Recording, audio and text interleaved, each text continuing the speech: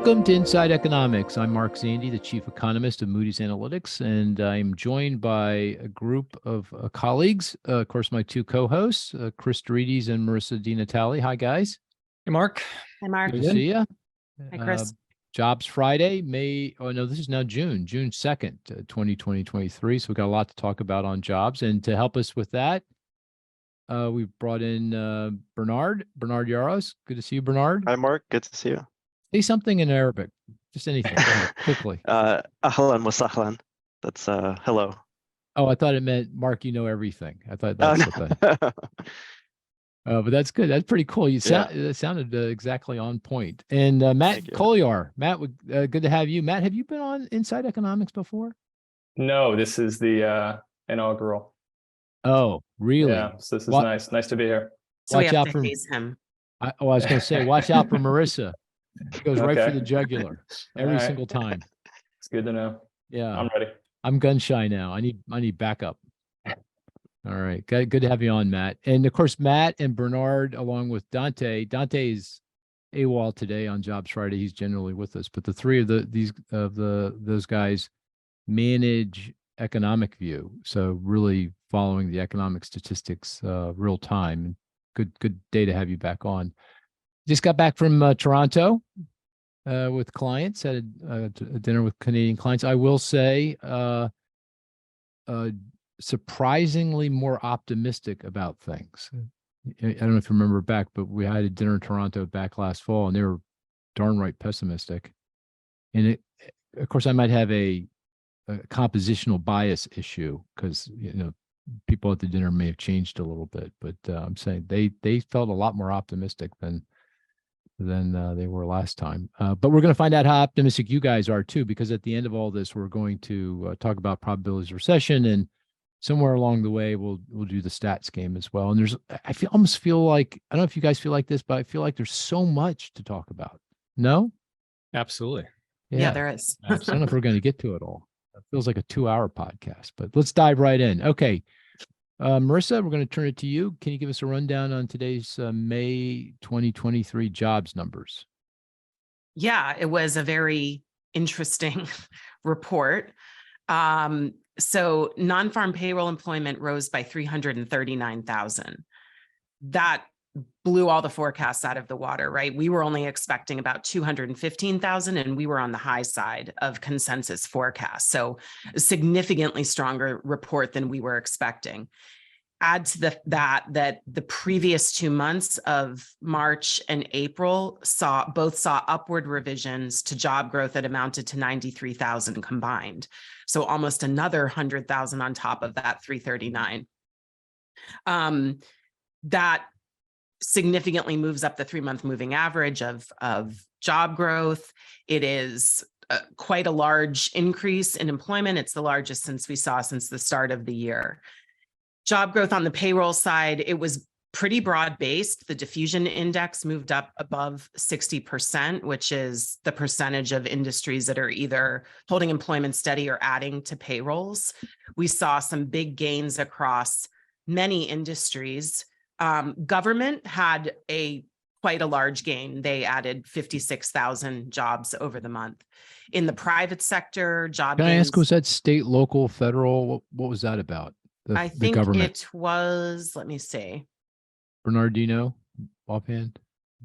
Matt? I think it's generally more state and local, I would State assume. and local? Yeah. It I meant to look. Well, it was everything, but local government was the biggest addition. So it was both local education and non-education. That was like 2/3 of it, but federal and state added as well. Got it. Professional business services had a very large gain. Education and healthcare had a large gain, and so did leisure hospitality, although the gain there was, I think, 41,000. So that's a little bit smaller than we've seen in some of the previous months, but still quite large. The only major industries that, and I should also mention the construction industry added 25,000 jobs, and that was more than double the gain in the previous month. So despite, we had seen a couple months ago that the industry lost a small amount of jobs, and we thought, okay, maybe this is the higher interest rate environment and the slowdown in the housing market starting to kick in, but construction is really, really resilient. And that also was across the board, across residential, non-residential, contractors, building, heavy construction, kind of the whole gamut within the industry. Manufacturing lost jobs, and that was in non-durable good manufacturing. And then the other industry to lose jobs was information. This includes tech stuff. It includes media, entertainment, telecom, that kind of thing. And pretty much every component within information lost jobs. Everything else added, at least on a broad-based industry basis. So if we're thinking about this from the perspective of monetary policy, this is obviously really, really strong. That's not what the Fed doesn't want to see, a strengthening job market, but some good news, at least on the payroll side, that came out of it is that earnings growth moderated a bit compared to the prior month. So two things. Wages, average hourly earnings. That's right. Average hourly earnings growth was 0.33% up over the month. Over the year, it was up 4.3%. So those are both slower than we've seen in the prior month. The other thing is the work week fell. So the number of hours work ticked down by 0.1 hour. And this is pretty low. If you look at it historically, it's the lowest, it's the smallest, shortest work week, I guess, that we've seen since the pandemic. So that's, I think, what I want to say about the payroll survey. We can come back and fill in whatever I forgot that's important. Okay. Did you want to go into the household survey? Yeah. So the interesting thing to me This about adds the to the report confusion, right? is that the household survey shows almost the exact opposite as the payroll survey. So on the household survey side, and just so everyone is, we know what we're talking about here, the household survey is a survey of households that the Census Bureau calls people up or visits them in their home. It's a much smaller sample size. It's about 60,000 households. So the estimates of it are less reliable. However, this is where the unemployment rate comes from, labor force data. So the unemployment rate rose 0.3 of a percentage point from 3.4% to 3.7. 3.7% is still a low unemployment rate, but that's a big movement in 1 month. I mean, even just a movement in either direction, that is quite large. You have to go back over a year to see a movement in 1 month of 0.3%. Unemployment rose by over 400,000. The number of unemployed people rose by over 400,000. And employment, the number of employed people, fell. So it was really like the opposite of what the payroll survey showed. And at the same time, the labor force held steady. So the labor force increased modestly, up by a little bit over 100,000 people. And the labor force participation rate held the same as it was over the month. So nothing strange was going on with the labor force. It really was an increase in the number of unemployed people. And you can see that in some of the details. So if you look at how long people have been unemployed, there were a lot of newly unemployed people over the month, people unemployed less than 5 weeks, and also the reasons people gave for unemployment. Most of the increase in unemployment came from people who said they had permanently lost a job, not quit. Actually, the number of quitters fell, according to the household survey. So really very difficult to reconcile this survey with the very, very strong payroll survey. I mean, it happens. It's not that uncommon for them to kind of show different things, but I was looking at the magnitude of the difference between the two, and it's enormous. You have to go back like to 2010 to see a difference this big between just the employment change in the two surveys. So just a couple things before we move on. I thought, and I haven't had a chance to look, but I thought if you look at the household survey reconciled to the payroll survey, so they're different, conceptually different, and BLS, Bureau of Labor Statistics, keeper of the data, does publish the household survey, more apples to apples to the payroll survey, that actually showed a pretty sizable increase. Is that right?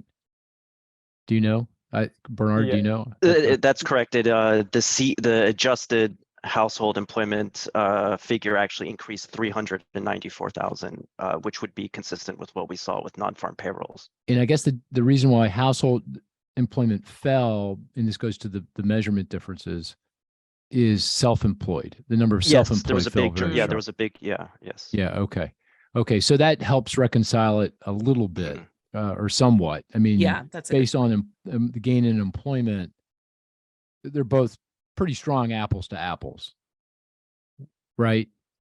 Would you say right, that? right. Yeah, okay. When you try to make the definitions the same. Yeah. Okay. Second question goes around unemployment. That did increase. Mhm. And the fact that a lot of it was because of a sharp decline in self-employed might suggest maybe there's noise in there, right? I mean, going back to your point, it's a small sample, and I'm not sure I'd read too much into it. But where do you think underlying unemployment is, abstracting from the monthly vagaries of the data? The, up 3.7, down 3.4. Where do you think we are? I think we're kind of in the middle of that. We're probably around 3.5% Yeah. somewhere. I Okay. mean, the other, and I know we'll get into this, the other thing is if you reconcile all the other employment data and all the other labor market data that came out this week, that's more in line with what we saw on the payroll survey side than on the household survey side. Yeah, it feels like to me unemployment's a rock solid 3.5% ish, and that's where we've been for more than at least a year. It hasn't, 1 month it might be a little higher, 1 month like today was a little higher, one month a little lower, but net about 3.5%. Okay, okay. Let me turn to you next, Bernard, to fill in the gaps there. Anything you would call out that Marissa missed in her rundown? I think one thing that I've been looking at in recent months has been the composition of those unemployed. So the BLS does provide the composition of unemployed persons who are either on temporary leave, whether they're on permanent job loss, whether they're re-entrants into the labor force or new entrants, others who are completing seasonal work. And one thing that was concerning towards the end of last year and early into this year was the rising share of unemployed that were on permanent job loss that rose from about 21% towards the end of the third quarter and rose to nearly 27% earlier this year. But that has since started to tick down, and in this job report, it was roughly flat. So I don't see any worsening in the composition of unemployed persons nationally. And it would be, even though we're looking at a low level in the aggregate number of unemployed is low, but it would be concerning if you start to see a growing share of that being permanent job losses. Yeah, but you don't see it. So you don't see it. Yeah. Okay. Matt, anything you want to call out in the bowels of the numbers? I know you dig deep too. I think that 3.7 unemployment rate, like you guys, I think is maybe a little bit misleading. This isn't this big uptick of people coming off the couch to now look for a job, which pulled us from 3.4 to 3.7. It's unincorporated self-employed people. That's a definition that could be unpacked a bit more, but they were working, they were doing something, whether that's not viable for them anymore. It's not this 400,000 plus increase in the labor force, which is, that's the balancing that the Fed's looking for. So it kind of diminishes that increase for those who are really leaning on the unemployment rate to say, okay, here's the loosening has arrived. So maybe a little bit of a false loosening there. Okay. So Chris, let me turn to you. And if there's anything that you want to call out, that'd be great. But more significantly, just what's your broad takeaway here in terms of what's going on in the labor market? Taking all these discordant kind of pieces of information coming from the report, all the cross currents, how are you reading this? And then I want to ask you how the markets are reading it, but because that seems interesting as well. But Absolutely. Feel free to take any of those questions in any order you want. Sure. I'd say, first of all, I think this report underscores the number that's in every report, which is plus minus 130K. You know what that is? That's the 90% Standard confidence error interval around the payroll, right? So for that reason, I don't think we want to read too much into any given month here, especially given the differences here. I think the report does suggest strength still, certainly in terms of hiring. And we had the JOLTS report earlier. I won't reveal any numbers but for the statistics game, but it does suggest that the labor market remains quite resilient, right?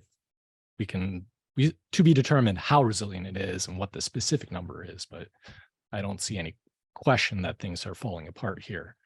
They're not falling apart. They're resilient. And to Matt's point, I don't see 3.7 as really being truly underlying unemployment here, that there's a lot of noise in the data. So that's my take in terms of what the Fed does with this. I think they take that into account. I don't think they'll overreact to this report in one direction or another, kind of a little bit here for everyone to enjoy. Right? Doesn't suggest that things are particularly overheated or that things are falling apart as well. So I don't know that this report makes the difference in terms of their call. I think they'll wait for inflation, other measures before they decide what to do here. Can I ask before you go to the market, just one quick question. So we kind of came to the underlying unemployment rate is about 3.5%. That's kind of sort of where we've been for a year or so. And today's numbers doesn't sway anyone's thinking around that. What about underlying monthly payroll employment growth? What do you think that is now? Is it 300K? Is it 250, 200? Do you have a sense of that? It's hard. It's hard to really pin it down, but I think it's probably between 200, 250 would be my guess. Right. When everything is said and done and the revisions come in, but that's my sense of things here. Right. And just for context, right now it feels like that's consistent with stable unemployment because labor force is growing 200 to 250K as well. Right. But that's not sustainable though for long, right?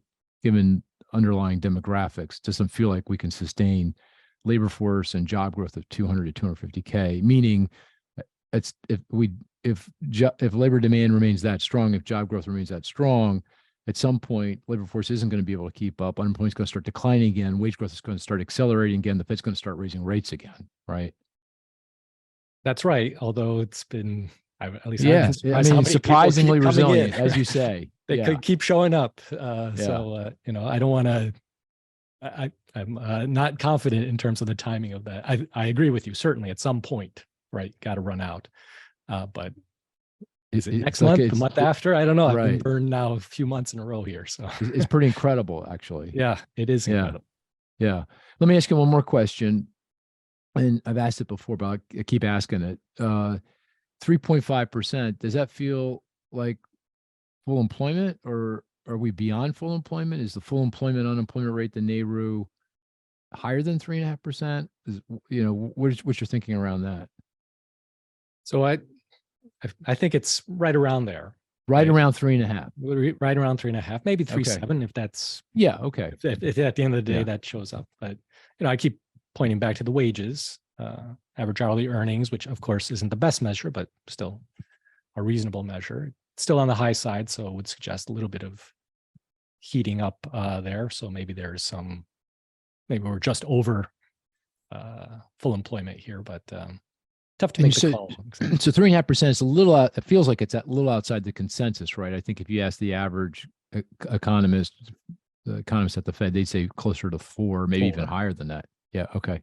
Let me go around the horn very quickly and ask same question. Do you think 3.5% is consistent with full employment, or is that beyond full employment? Bernard?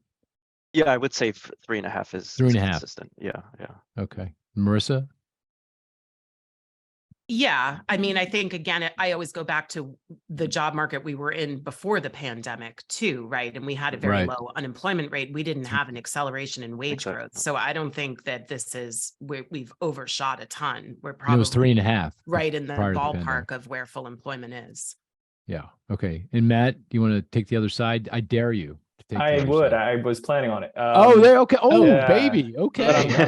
I'm going to step away from the unemployment. I mean, 3.5, yes, 2019 tells you that's probably not an overheating U.S. economy. But if you look at like prime age, labor force participation, all those type of metrics, I don't know where else you're getting. You're above what you were in 2019. I don't know how many more people can be relied on to keep coming into the labor force.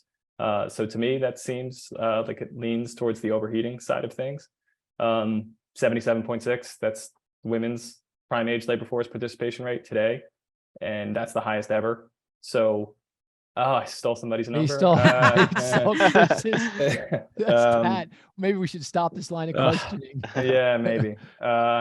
What about, can I That's ask fine. you though, and I've wondered about this, overall employment to population is still below pre-pandemic levels. And that goes to, one of the reasons why participation hasn't recovered is older workers, folks that are over the age of 65, they kind of stepped out and haven't come back in, but maybe they're starting to come back in. That's where we're getting, I don't know. I didn't look at that labor force. It did not. Chris is saying, no, that participation rate did not rise.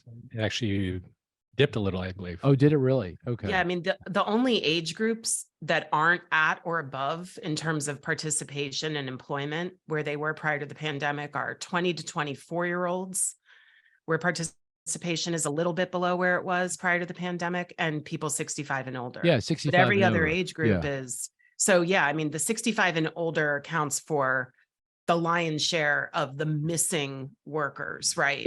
But if the question is, as Matt posed, where are those workers going to come from? That could be it. It would have to be them. That is, I'm agreeing. Doesn't have Yeah. to be, but most logically. Yeah, I would mean, be. that's Yeah. where most people are out of the labor force. Right. I'm wondering if we should do, well, before I was going to say, maybe we should do the stats game before we keep going. But before we do that, turning back to you, Chris, the market reaction, holy cow. I mean, the equity market is taking off. Now I know the debt limit agreement's got to be playing a role, but it felt like, I mean, I've been watching it. It took off after the employment report. I mean, really took off. I haven't looked last minute or so maybe it's back down again, but I saw the Dow up over 600 points. And the bond market also sold off in that long-term treasury yields, 10-year treasury yields were up 5, 6, 7 basis points, which is a pretty big move in a given day. But what's not anymore, right? It seems like we go 5, 6, Oh, that's true. The volatility in the bond market is incredible. Yeah. And that's a topic for another podcast. Yeah, by the that's way. right. That's right. But have you looked at the futures market for Fed funds? What are markets discounting? Has the discounting with regard to a Fed move at the next meeting changed? Yeah, it's 2/3 of participants suggest a pause or skip, however you want to. Okay. Say, and a third say a hike. Okay. Well, that's interesting.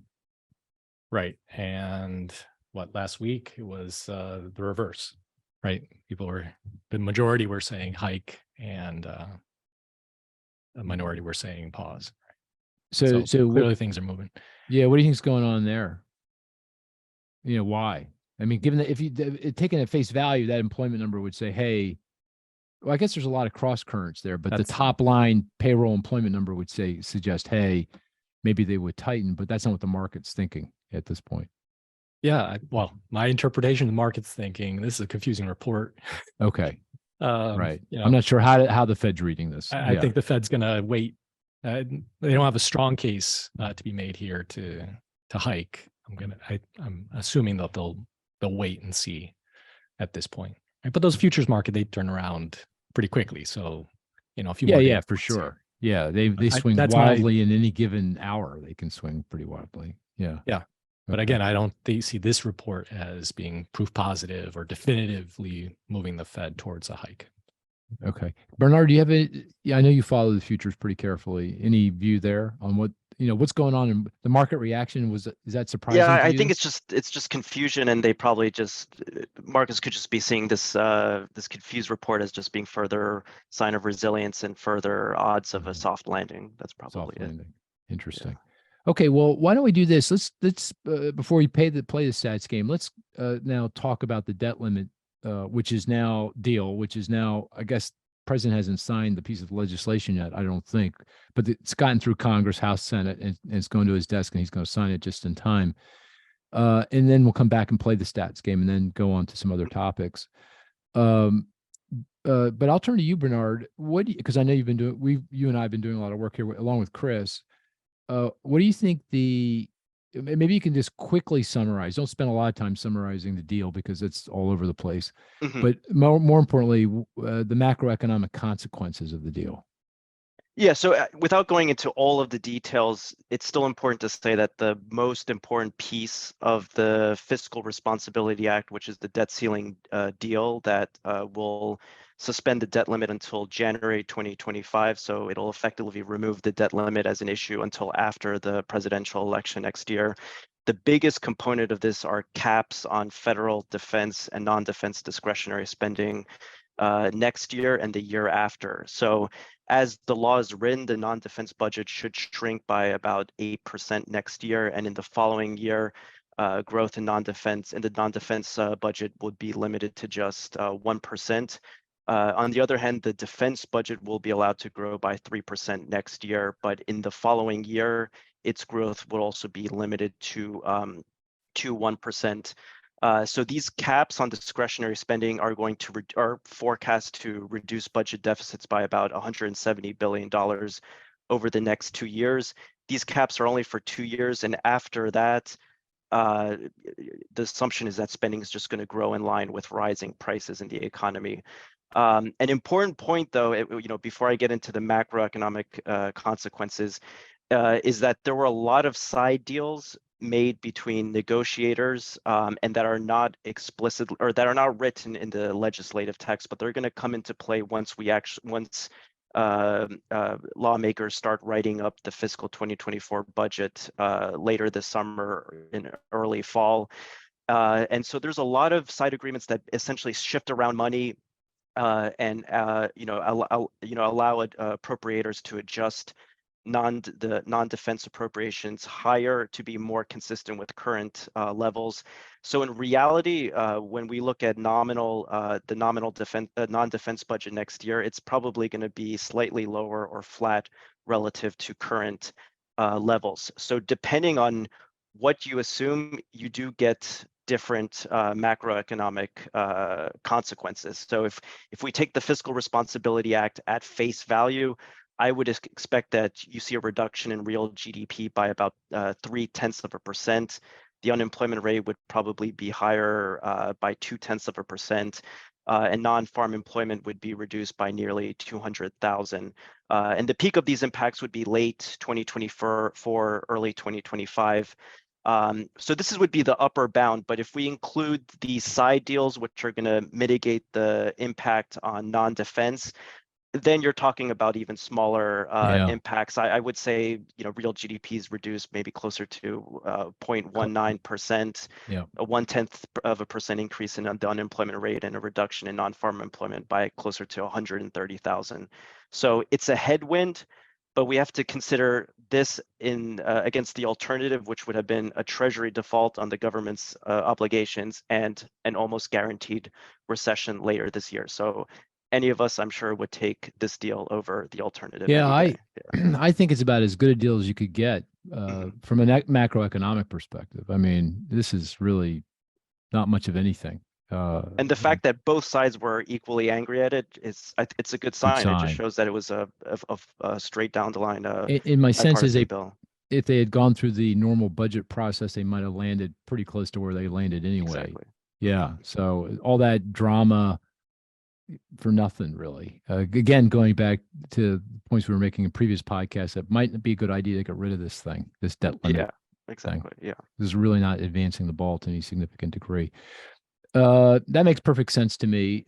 Thank goodness. And one of the really positive things, just to reinforce it, is the limit is suspended until January of 2025. So we get this thing on the other side of the election, so that doesn't get involved. And it also provides some budget mechanisms, I guess that's the right way of describing it, to help make sure that the government gets the funding it needs at the end of this fiscal year, which is the end of September, so that there's no government shutdown, right? Exactly. Yeah. So I would say the odds of a government shutdown later this year are significantly reduced, because if they don't provide a full year budget for fiscal 2024 by the end of this calendar year, then you're talking about an automatic limit to all discretionary spending, including defense, to 1% growth. And that's obviously that would be something that wouldn't be tolerated on both sides. Can you explain the side deals? It's not legislative. Are they binding in any sense? I mean, they're not binding. It's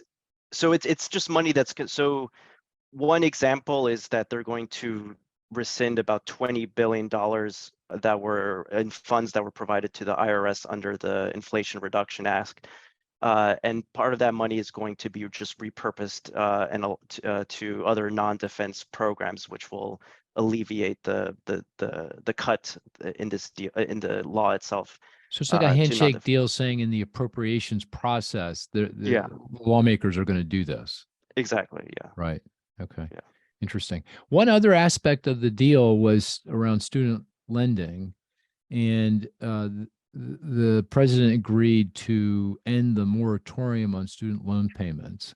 I think that is as of September of this year, and there's some hand wringing about how significant an impact that will have. Now, that doesn't affect the budget, the macro impacts you just discussed, Bernard, because we were assuming that was going to happen anyway. That was already baked in the that was baked forecast. in. Yeah, that was going to happen regardless if there was a debt limit deal or not. But let's talk about that, because I know there are some folks hand wringing about that. And Chris, you spent a boatload of time on student loan issues. What can you just explain this a little bit in more detail, and what the macroeconomic consequences of ending the moratorium on student loan payments might be? Yeah, sure. So there are about 45 million borrowers with federal student loans, right? So they'll start repaying come September 1st.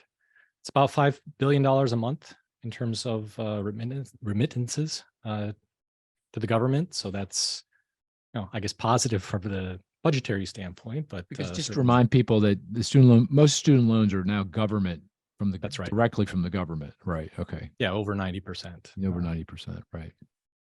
Yeah. So implications would be, of course, people have to start paying again. So that's going to cut down in terms of their spending, maybe their saving activity elsewhere. But by and large, I suspect that most borrowers are prepared for this, right? It's going to hurt, right? They're going to reduce some of their activity elsewhere, but I don't expect that all of a sudden we'd see a wave of delinquencies from them. Now, that's the majority. Even before the moratorium, there was always this pocket of students who got a loan, in particular, who got a loan and didn't complete their degree, right? So they ended up with a burden that they really couldn't service given their current levels of income. I suspect those people are going to be under pressure once again when the payments restart. One caveat here is that there is, or the Biden administration is pushing this income-based or income-driven repayment plan that they have, which would reduce the amount that borrowers have to pay, about 5% of their income, and shorten the term for which they would have to repay as well. So to the extent that borrowers do take advantage of those programs, right, that could certainly help ease some of that financial stress that they're facing. So I see this as certainly having some drag overall on spending and the broader economy, but I don't see this as triggering a wave of defaults or anything of that magnitude. Yeah, so $5 billion a month times 12 months gets you 60 billion. You divide by 27 trillion GDP. Yeah. That's 0.2% or something, if my arithmetic is right. And that kind of feels like that might be an upper bound, because right, they're not going to, the student loan borrowers aren't going to cut all the way back on the 5 billion. They've got, some of those folks have savings and other sources of income. And I also think the income driven plan, they call them income driven plans now, right? Income driven IDR, payment plans, IDRs. Change the name, but that may also smooth out some of these effects as well. Right. It might not be exactly 5 billion, certainly not right away 5 billion. Okay. So right. I guess it's kind of a headwind, but it's kind of really very modest headwind to the macro economy. That's right. And the other wild card here is that the forgiveness program, the Biden proposal to forgive $10,000 of debt for most borrowers, $20,000 for Pell Grant recipients, that's still on the table. The Supreme Court will be deciding soon on the validity of that plan, and we'll see what happens. Yeah, I guess the thinking is that the consensus view is that the Supreme Court is going to strike that down, not allow that to happen. Yeah, that feels like that's the current thinking. But yeah, it'd be a little bit of a surprise if they said, "Oh, okay, go ahead and do that." Right? Yeah. Right. But if they did do that, that would even reduce maybe even completely eliminate the impact of the the end of the moratorium, payment moratorium on the economy, right? Because people's debt's forgiven, so that's got to have some positive effect. Yeah, right? probably all, boost. all else Yeah. being equal. Yeah, That's right. right. Okay, we'll see how that plays out. Do we know when Bernard? You know when anyone know when that Supreme Court is thought to be able to rule? By the end of this month, it should be. Yeah. Oh, by the end of June. Okay. By the end of June. Yeah. Yeah. Okay. Okay. Very good. Okay. Anything else on the debt limit, Bernard, Matt? Anything you want to bring up? No. Okay.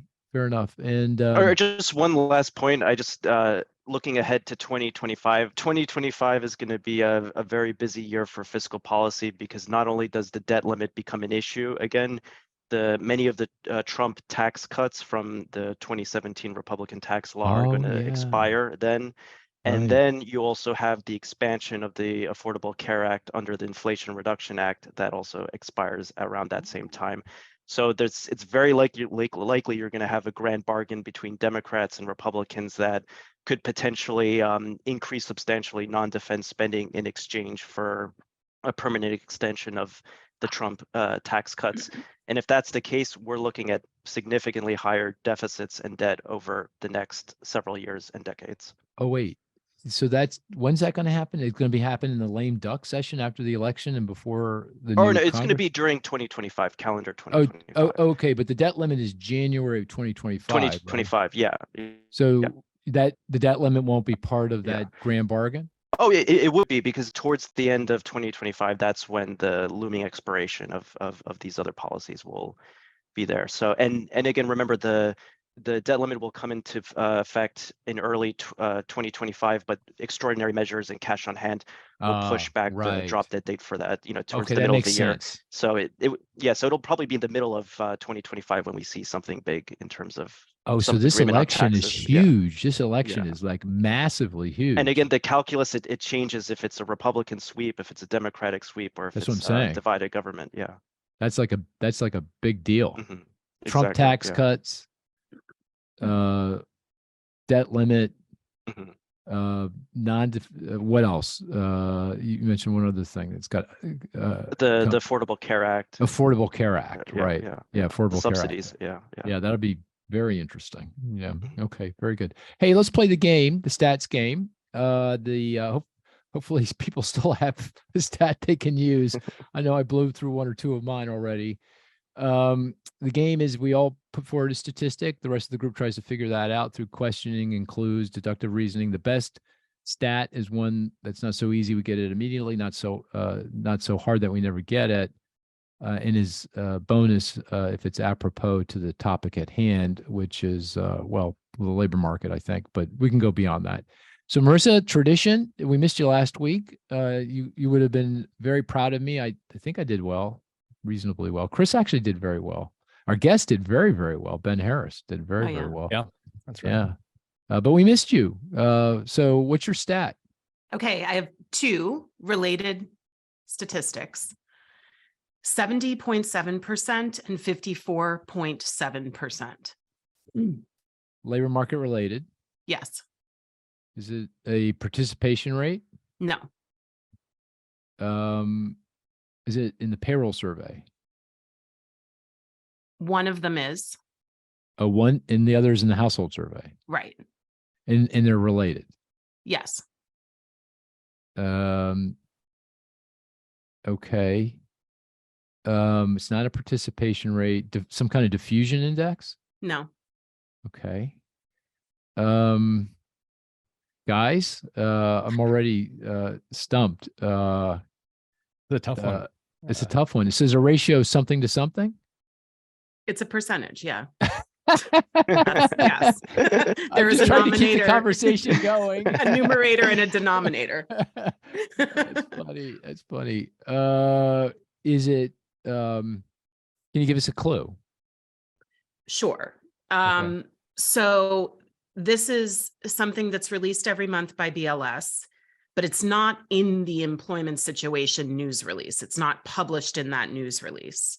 Oh, is it in the JOLTS release? The job opening labor turnover survey? So it is the household and the payroll survey related. Okay. This is calculated every month, but they don't publish it in that news release. Oh, I see. Wow, that's interesting. Is it the What survey could- response rate? Yes. Oh, Yes. very good. Oh man, explain. Nice. That's a great one. That is a really good one. Go Yeah, ahead to go, so- Chris. So these are, yeah, that was good, Chris. So 70.7% was the percentage of the household survey sample that actually responded to the household survey in the month of May. 54.7% was the response rate for, this is the, initial estimate, right? We're going to get 3 BLS conducts 2 subsequent revisions to each payroll number that they release. So and the reason that they do that is that each subsequent month, they get more and more delayed responses into the previous month's survey. So 54.7 was the response rate or the collection rate in the payroll survey for the month of May. So that should go up into the 90%. That response rate usually ends up being by the third collection somewhere in the 90%, but 54.7 is really, really low, even for a first response rate. There was one that was lower recently. It was like 50% or 49% back in November of last year, but generally on the first try, BLS gets somewhere in the range of 70% of respondents. So this was very, very low on the payroll survey side. On the household survey side, the 70.7% response rate is pretty normal recently, but just to give you some context, it was 75% last May. And before the pandemic, it was well into the 80s. So response rates for all of these surveys, particularly surveys of households, have really fallen to, in some cases, alarmingly low levels since the pandemic. Like in the JOLT survey, the response rate is down to like 33% or something. It's in the 30s, right? And so this just makes, to Chris's point about the statistical significance of all of these numbers, it makes those confidence intervals even wider. So for example, in the household survey, you need for significant job growth, employment growth on the household side, you need something over 600,000 in either direction for that to be significant. Oh, I didn't know that. Really? Yeah. Wow. That's incredible. So the response rate for May it's been falling month to for quite some time, but it was particularly low in May. For the payroll survey. For the payroll. For the household survey, this is pretty normal. It's kind of what it's been since the end of last year, but it is repeatedly down year after year. So if you go back 10 years, the response rate was 90% on average. Now the average is something like 70% in the household survey. So it suggests we might be in store for some meaningful revisions then to the data. I think it just underscores, as we get confused about how to interpret some of these numbers, you have to remember that these are coming from surveys and there's a response rate problem in a lot of these surveys now. So we have to take everything with some skepticism. Fortunately, the payroll survey is ultimately so-called benchmark to actual counts of jobs from unemployment insurance records, the so-called, quarterly census of employment and wages, QCEW. And that has shown some big differences, right? I mean, I can't remember which quarter, but there was a quarter back in 2022, Q2 2022. We actually saw job loss. That was in the summer of last year, according to the QCW, right? And that's not at all the picture you got from looking at the initial employment estimates. And that still hasn't been incorporated fully into the. That's right. That will be until the next benchmark. So we will see some downward revisions, probably. I think so. I mean, of course, who knows? But based on that, all else being equal, we'll see some downward revisions. Interesting. That's a great. Do you think there's a large firm bias for the first batch of reporting that of those 54%? I don't know. I don't know if that is a thing. I mean, I'm sure BLS has done a ton of research on response rates, so it could be. I mean, most of this is automated by companies now. They don't even have to have a person physically respond to the survey. There's some automation, and that may bias it toward larger companies that have more infrastructure to do that than smaller companies. That was a great one. That was a really cool one. Matt, you want to go next? Sure.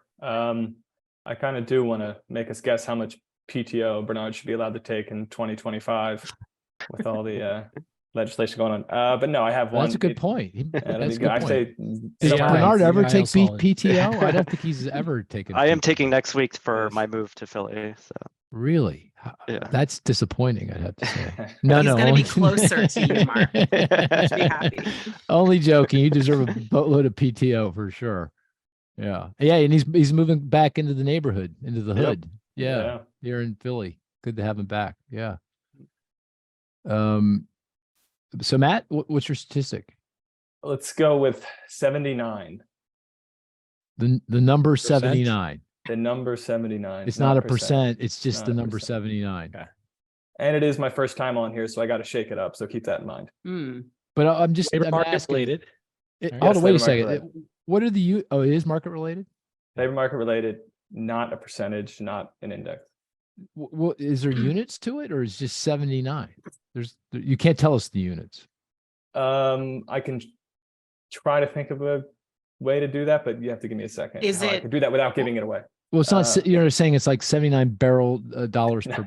That's not dollars per barrel. Okay, No. because it's oil is Um, at 76. Is or it something. is it a statistic that was released this past week, Matt? Today, This isn't- yeah, it was it's longer run, so n equals 79, but N it, equals 79. yeah, it takes this morning's it- report into consideration. Is it labor market data? Did someone Yes. say that? Okay. Should we know this, Matt, or are you just like, oh no, we don't. We shouldn't know it. No, I mean it's relevant, but it's not something that you would see referenced in the Wall Street Journal or anything. It's just But we know it. Should we know it or not? It No. would be difficult to guess, but I think it's relevant. I think it's interesting. Is So- this Okay. something you Raise- calculated or is actually in the report? Yes, I did calculate it. Okay. Yeah. Oh, 79, no units, labor market related.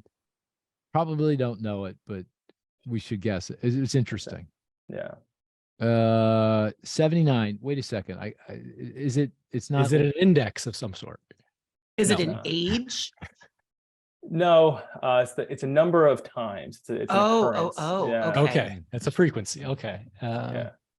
79 times. The number of times the unemployment rate is moved more than 0.2 of a percentage point. That's a good in one. A single month or something. Exactly. So the number of times it's been Oh, 0.3 percentage that point. is amazing, Marissa. Way to go. Yeah, That was, is so cool. Yeah, Yeah, there's that was very the good. cowbell. I Boy, thought, that's really impressive. no chance. Yeah, that's great. So it's the number of times, not just in absolute terms, but a 0.3 percentage point increase in 1 month in the unemployment rate. 79 since the World War II era or post World War II. And the follow-up would be how many of those 79 occurred either in a recession or immediately preceding a recession. Oh, Oh, that's a really good Nice. one. 2/3 Most of them. 2/3. It has to be. Definitely most. 2/3 is great. So 65. So it's a little higher even. Three quarters. Close, Okay. Mark. Close. Yeah, a little more than 3/4. sorry, no cowbell. No cowbell. Hey Matt, just a suggestion in playing the game. Sure. That was an admirable statistic, but you might just say this has happened 79 times. That that's fair. We got That would have there. been We got fair. there. Noted. I Okay. mean, just a little bit of a something. Yeah, I appreciate the uncomfortable. But the fact that flailing Marissa got it first. like that, man, that's impressive. scary good. It's very Yeah. good. Yeah, very good. That's a good one. Cool. Okay, very good. Bernard, you want to go next? Yes, so I have 3 statistics. They're all related to labor and they're all related to each other within labor. So it's 1.795 million, negative 110,122, and then a positive 199,670. The last 2 numbers are year-over-year differences, and the first one is a total. It's a stock. What was the man. last number you said, Yeah. Bernard? So it was like 199,670. Can you round? I mean, is rounding going to mess up the? No. Oh, I mean, okay. I could just say 200,000, I guess. Yeah. Okay, because so round, because I'm not writing this down. Okay, so round the for first me. one is 1.8 million. 1.8 million. The second would be negative 100,000, and the third would be a positive 200,000. The first number is a stock, and the second two are year-over-year differences. And is it in the house like a labor force statistic? Like a household labor Is it force? from the JOLTS? No, Is it in the household survey? no, It's in the payroll survey. no. Oh, okay. Oh. It's labor market related. 1.8 million. 1.8 million of something. Is it from the BLS? No. It's Whoa. UI. Is it UI claims related? Yes. The first, yes. Yeah. Continuing claims. Yes, that's the first one. Okay.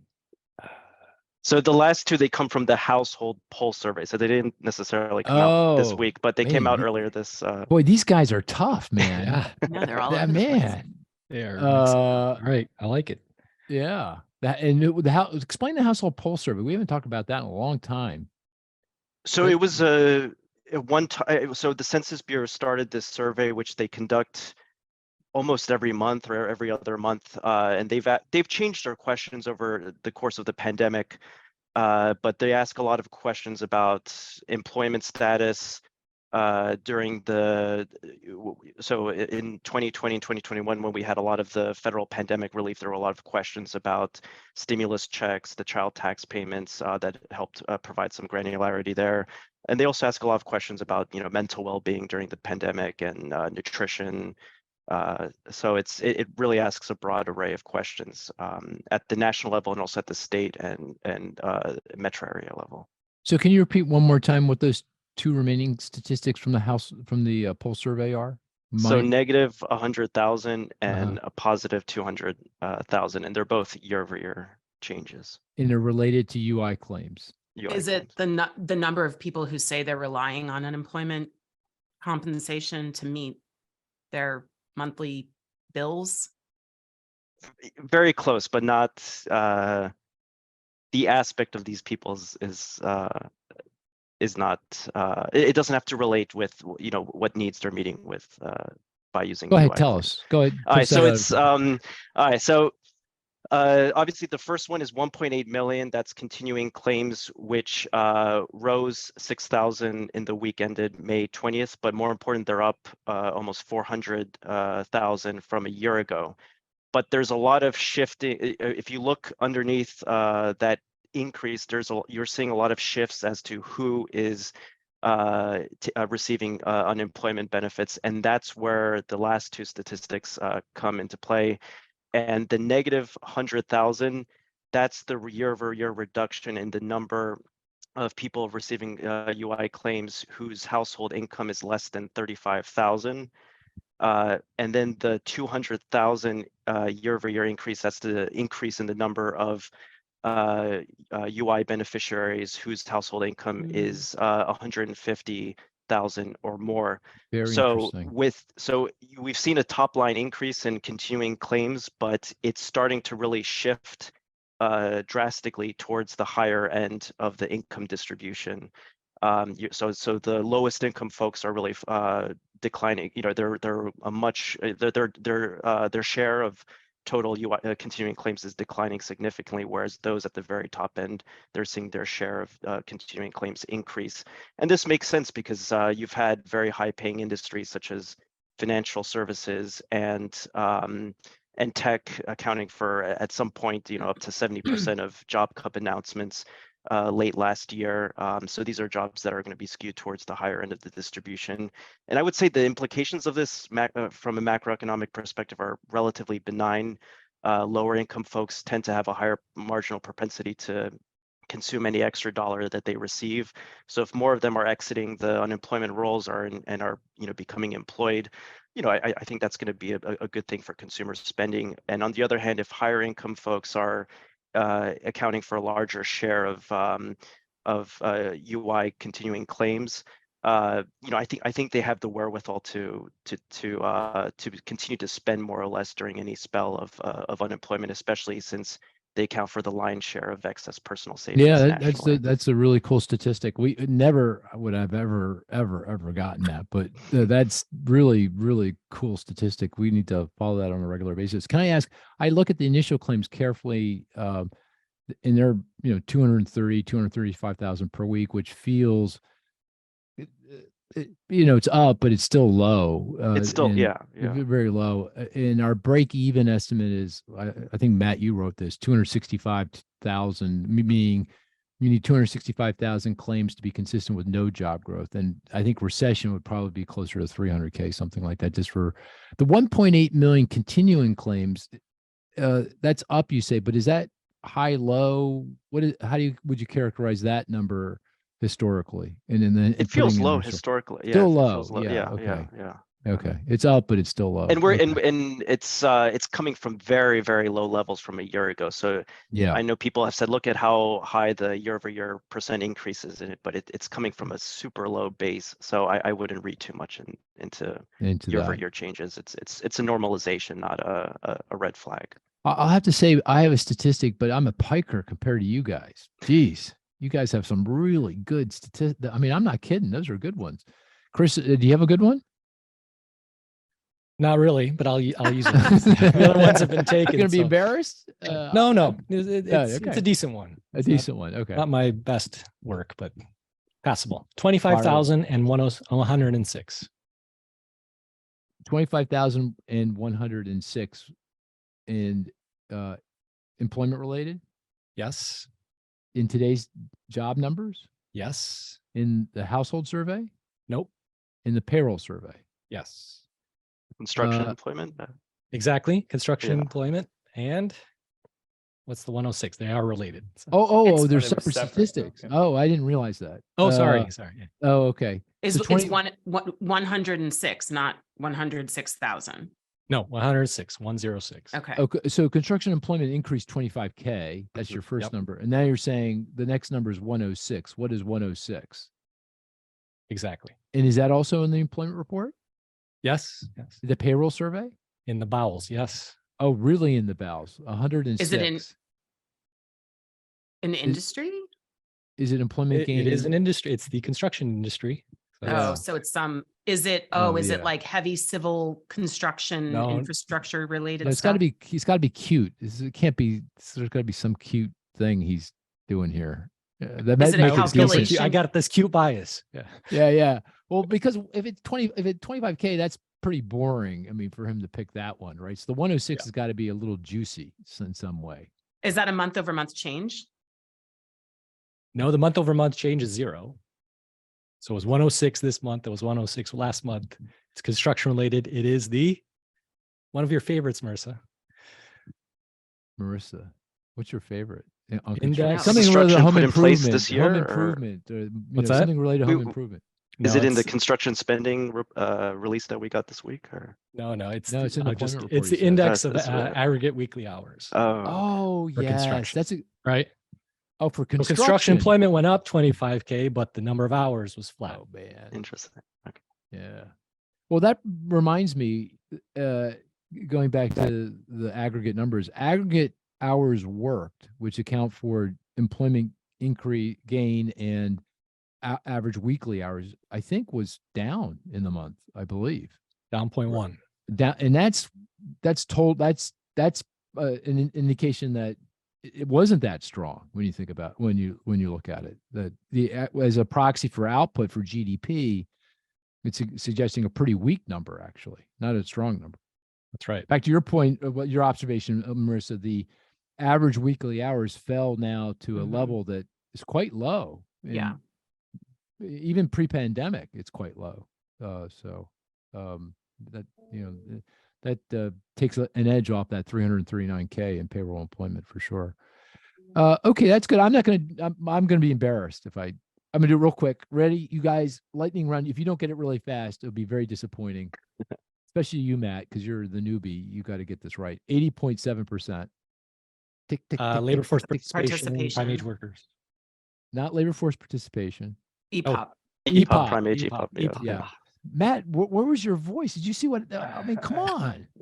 Yeah, I should have. Yeah, I mean, you guys come are quick. on. You're very quick. See, this is what Marissa does. She, Yeah. she goes right for the jugular. She doesn't give you a chance. So it's the employment to population ratio for prime age workers, which actually ticked down, by the way, and is, it's elevated, consistent with a tight labor market, but not an inordinately tight labor market. This is kind of where it was, pre-pandemic, going back to, our observations about unemployment, labor force participation. So again, another statistic to say, yeah, it's a tight labor market, but not like screamingly overdone, and it's starting to ease up, which was what we need.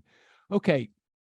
We're running out of time. There's so many topics, as I said. I wanted to talk about AI. We're going to talk about AI, but I think we need to do it at a different podcast because there's just so much to talk about. And Matt, I also I'll get you back on because I want you to talk about the business to business sales data. And maybe real quickly, just summarize what that is and what it's saying, because I think that's apropos here as well. But we'll have you back on to talk about that in more detail, but just give us a sense of that B2B data. Sure. Coarsely, it's tracking the spending that one business is spending to another, so B2B, and that's based off of really accounts receivable data. So if you can aggregate that, you can roll that up enough, and you can also slice it and say what's happening in California or Pennsylvania. But you can aggregate all of that spending up to the US level and say, what does business look like? What is the dollar amount happening or that it's occurring month to month? How are businesses spending money?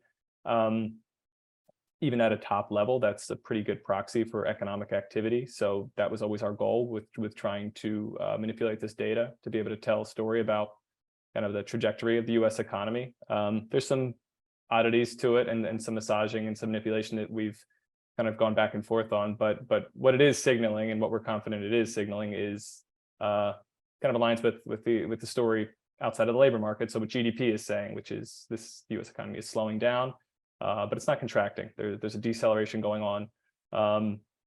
It's relatively timely, so it's a good way for us to kind of keep our finger on the pulse of what's happening in a pretty timely manner.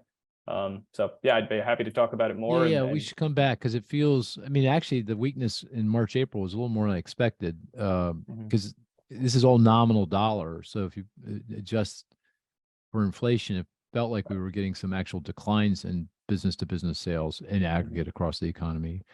But we'll watch that in maybe in a month or so. We'll get another month's worth of data. This is data we collect, Moody's collects based on accounts receivable. We'll come back and maybe we'll spend a little more time on that. Okay, let's end the conversation, given all the data, our odds of recession again. And let's, two numbers. What's the probability of recession starting this year in calendar year 2023? And what is the probability of recession starting in calendar year 2024? Of course, 2023 is we're almost halfway through the calendar year, so probabilities are starting to come in, I think. But nonetheless, let's go around the horn and get people's perspective on that. And Marissa, I'll start with you. What are your probabilities? For a recession starting this year, I'd say 40%. Okay. For a recession starting next year, I'd say 55, 60, somewhere in that range. Pick a number. 50, you're on the record. 7.5. There you go. Okay. And why, can I ask, will probabilities be so much higher next year? Some of it's just arithmetic, I guess. Yeah. But, I mean, this year's almost over. Yep. We just keep seeing strong economic data, really, right? So, and now we have the debt ceiling thing largely behind us. That was the biggest near-term threat to a recession. So I think it's pretty unlikely this year, but we don't think the Fed's going to raise rates again, but they could. I mean, I wouldn't argue too strongly if somebody said that there's another 1 or 2 rate hikes this year. We're already in a high interest rate environment, relatively speaking. Even if they don't raise rates again, we don't think they're going to lower them. Rates are going to be, at the level that they're at, probably at least until early next year. I think that's going to shake some things out of the tree, as we saw with SVB. I think that businesses and consumers are reacting and will grapple with the high interest rate environment. And I just think the longer this goes on without a recession, the higher the odds are that something else happens in this environment of high interest rates and kind of a cooling economy that could push the economy into a recession. So I don't think it would take much for something geopolitical or a spike in energy prices or something like that to come along and derail things. So 40% this year and 57.5% next year. Yeah. And can I just ask, has your sentiment improved or darkened? I think my sentiment for this year has improved a bit over the past few months, just as we keep getting good data. And it's for next year, it's kind of stayed where I've you've been for the past few months. Okay. Bernard, what about you? So I would say 30% odds for this year and then 50 for next year. And it's not just the debt limit that's made me a bit more optimistic, but I'd say the one statistic this week that really made me feel good was the quits rate, which ticked back down to 2.4%, which is actually you had a month in 2019 where the quits rate was also 2.4%. And the reason why I focus on the quits rate, I know the markets were a bit upset after the JOLTS report because they saw the increase in job openings, but for me, quits are just a much better indicator of the labor market. There's a lot of issues with job openings. It's very tough to tell how aggressively firms are really recruiting for a given job openings. But for me, quits are really more of an unambiguous sign of confidence in the labor market, in the economy, in the ability to find better paying jobs. And the fact that it's coming down is practically where it was in 2019. It suggests that wage growth should start to ease in the next quarter or so. It's still going to take time, but wage growth is going to start to head in the right direction based on the historical relationship between the two. And I focus on wage growth because the Fed is saying they're also plugged into wage growth as the key mechanism by which to bring down inflation, especially service sector inflation. So if we do start to see wage growth coming down as presaged by the quits rate, I think that reduces the potential for a policy error by the Fed. Yeah, I agree. That's a great statistic. Yeah. The quit rate's really important. And it feels like wage growth is already rolling over, but that should really help. Is it presaged? And also is it presaged or presaged? I don't know, previewed or yeah. What do you think, Matt? I think he's got that wrong. But anyway, go ahead. Presaged. It seemed very, I don't know. Sounds very French.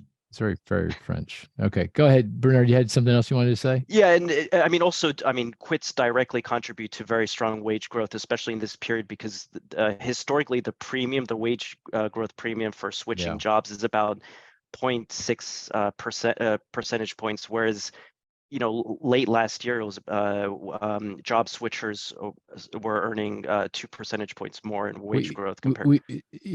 Chris has got his head cocked. I think what he means is that the growth rate is 0.6 percentage points higher, for a switcher than for someone who doesn't switch jobs.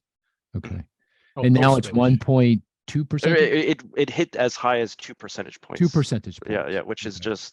That's a big difference. Something that you've never seen, and that has directly contributed to strong wage growth recently. Right. Okay. That makes a lot of sense. So 30. You said 30% and 50%. Yes. Yep. Okay, Matt. What are your odds?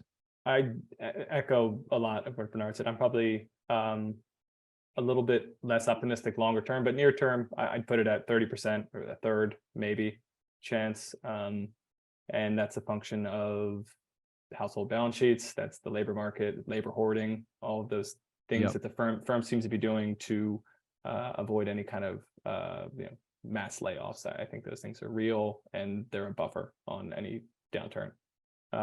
Longer term, I am maybe a little bit less optimistic about wage growth coming down. So I would say the Fed may have to push the gas pedal a little harder, or tap the brakes, I guess, a little harder.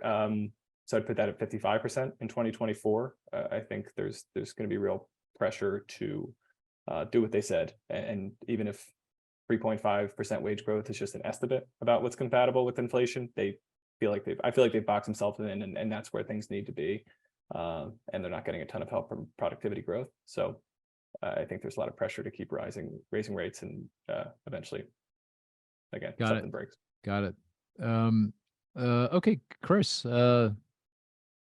I'm been waiting for your probabilities with intrepidation. Go ahead. So for 23, I'm with Marissa. I think 40%. It's come 40. down. Yeah, but still some significant headwinds there. Yep. And then for 24, I'm sticking with 65%. Okay, you're still there. Yeah. Yeah. It hasn't come in. You're still pretty much where you've been. Pretty much. Yeah. And for the same reasons, kind of what Matt was saying, that the economy remains strong enough that inflation doesn't come in fast enough and the Fed has to keep on raising rates, or something else comes along and knocks us off kilter. Yeah, I worry about the consumer, right? The student loan repayments are just another weight on a lot of consumer spending. And the excess savings that we've talked about in the past, they continue to dwindle. So I'm worried that we get through the end of the year and really consumers start to be tapped out, especially if interest rates are, even if they're not rising, even at this level, I think it starts to weigh more and more on housing and autos and other spending. Yeah. Okay. Well, I'm at a third for this year, and a half for next year, 50% next year. So I think is that you, Bernard? I think, are very close to. Very close to, yeah. Yeah. And with a bias to lowering it. I hear you. 50% obviously is a pretty high probability. That's any scenario pretty high. I do think the most likely thing that does us in is the Fed feels like it has to continue raising interest rates to slow growth and bring in wages and price pressures. And it's the current funds rate target of just over 5% isn't in their minds enough, that they have to keep pushing rates higher. Our terminal rate and our baseline forecast is just over 5% where we are. So that's what we expect. But the risk is that they feel like they will have to step on the brakes harder, push rates up more, and at some point, they push so hard that it pushes us into recession, makes us so vulnerable to anything else that goes wrong, and we go in.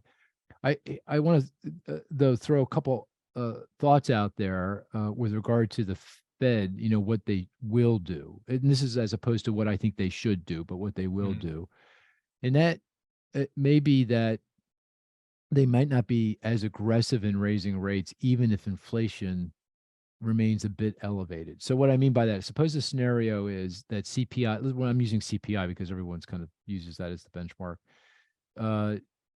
it's right now just under 5%. It peaked at 9% back last summer. That I feel pretty confident, I'd say highly confident, it's going to be close to 3% by the end of the year going into next, just simply because of the slowing in the cost of housing services, which is tied back to rents, which have gone flat to down. So say we're hanging at 3 coming into 2024. Here's the thing: would the Fed actually sacrifice the economy at the altar of a 2% inflation rate? When my sense is, if you ask them what inflation target they would pick if they could pick it today, it's not 2%. It's probably 3%. They probably want a 3% unemployment rate. The idea being that at 2%, given the slow real potential growth rate of the economy, if the economy ever gets into trouble, they have to lower rates so fast, they get it back down to the zero lower bound pretty quickly. And if that happens, then they've got some difficult choices around negative rates or more likely quantitative easing, and they don't like to do that. So if 3% is their actual, what they desire for their target, would they actually worry too much about getting us down to 2% that fast? I mean, couldn't they be a little bit more leisurely about it? And here's the other thing: that's an election year. We're talking about an election, and the Fed is independent, yes, but it's a very political animal, right? At the end of the day, and especially it feels like this presidential election is going to be highly politicized, and they don't want to get caught up in that in raising rates and pushing the economy and effectively potentially deciding who the next president is, right? I mean, would they want to do that? So given those two things, my thought is they might be surprisingly dovish. Inflation may not be coming in as fast as they would like, but they'd be willing to live with it because, well, for the reasons I just gave. What do you think about that, Chris? A nice theory. Okay. But I can't see it. Didn't and bring it might down be the your right thing odds. it may Yeah. very well be the right thing to do. But to your point, I think they've committed to this 2%. If they back off, I don't know that there's. I guess it depends what the trajectory is, right? If you're saying, are we? Is it a? It's 3, and it's like it's 3, but with a downward bias? Downward bent. Okay. It feels like at some point in the future, I don't know when that future is. It's not the next 6 months, but some point in the future, it's going back to something less than 3. And by the way, again, do I really want to get back to 2? I mean, really, 2.5% maybe on the CPI. I'm not sure. I don't know. Anyone else have a view on that theory I just threw out there? I think they'll look at the trajectory. So if it's 3 or close to 3, but even if it's slowly moving lower, particularly if core starts moving lower, core's been stuck for the past few months, but if that really starts moving lower, then I think they can say long and variable lags, it's working, we can stay where we are. I think if core starts moving higher or isn't budging at all, then I think that they act. Keep going. Yeah. I don't know. I actually, the other thing I wanted to bring up, have you guys looked at, and Bernard, maybe you have, because you look at these CPI numbers carefully, the CPI excluding housing services, just take the housing services out. Have you looked at that? So it's a CPI for core services excluding. No. Overall CPI, just excluding services. That's excluding housing. Housing services, yeah. Cost of shelter. Okay. If you look at it, you should look at it. Look at Okay. the year-over-year growth. It's now into the 3s year-over-year and Okay. headed south. Headed south, which again gives me comfort because I feel very confident that the growth in the cost of housing services, the cost of shelter is going to come in. It's already peaked. Yeah. It's already peaked. Anyway, okay, that was a great conversation. And anything else to add? I guess I'll throw out. We are having our a conference, an in-person conference in Wilmington, Delaware, on June the 20th, and we invite you up. So if you're interested in attending, please get in contact with us, and we'll set you up with that. I think you'll enjoy it. Chris, you're speaking. I'm speaking. We've got a action-packed agenda as well, talking about lots of different aspects of the economy and different threats to the economy, commercial real estate, what's going on in the banking system, consumer credit. We talked about student loans, so I think people would find it interesting. Okay, with that, I think we're going to call this a podcast. Thanks, everyone. Talk to you next week.